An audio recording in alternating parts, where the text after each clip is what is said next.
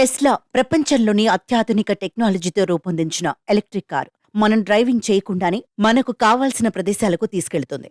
China, అమెరికాలో number 1 స్థానంలో దూసుకెళ్తున్న Tesla company ఇప్పుడు ప్రమాదంలో పడింది. వివిధ దేశాలకు పంపించిన కార్లన్నీ ఇప్పుడు మళ్లీ రిటర్న్ వస్తున్నాయి. ఇందుకు కారణం కార్లో సాంకేతిక సమస్యలేనని తెలుస్తోంది.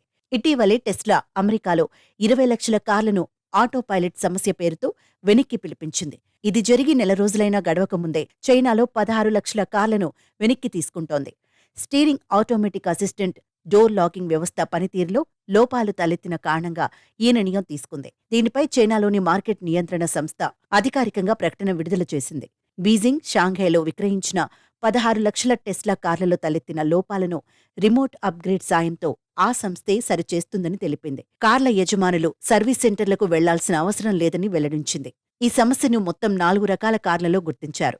ఆగస్టు 26, 2014 నుంచి డిసెంబర్ 20, 2023 వరకు విక్రయించిన model S, model X, model 3, model Y కార్లను రీకాల్ చేసినట్లు మార్కెట్ నియంత్రణ సంస్థ తెలిపింది. మోడల్ ఎస్, మోడల్ ఎక్స్లో 7,538 కార్లలో డోర్ లాక్ లాజిక్ కంట్రోల్ వ్యవస్థలో లోపాలున్నాయని, కారు ప్రమాదానికి గురైనప్పుడు డోర్ తెరుచుకోవడంలో సమస్య తలెత్తుతున్నట్లు గుర్తించారు. మిగిలిన వాటిలో స్టీరింగ్ ఆటోమేటిక్ అసిస్టెంట్ వ్యవస్థలో తలెత్తే సమస్య కారణంగా ప్రమాదాలు జరిగే అవకాశం ఉందని తెలిపారు. ఈ వాహనాల్లో లోపాలను సరిచేయాలంటే వాటిని కంపెనీ కర్మాగారాలకు తీసుకెళ్లి సాఫ్ట్వేర్ను అప్డేట్ చేయాల్సి ఉంటుంది. గ్యారేజీలు లేదా వాహన డీలర్ల వద్దకు తీసుకెళ్లాల్సిన అవసరం లేదు. అక్కడ ఈ సమస్యను పరిష్కరించడం వీలు పడదని టెస్లా సంస్థ ప్రతినిధి తెలిపారు.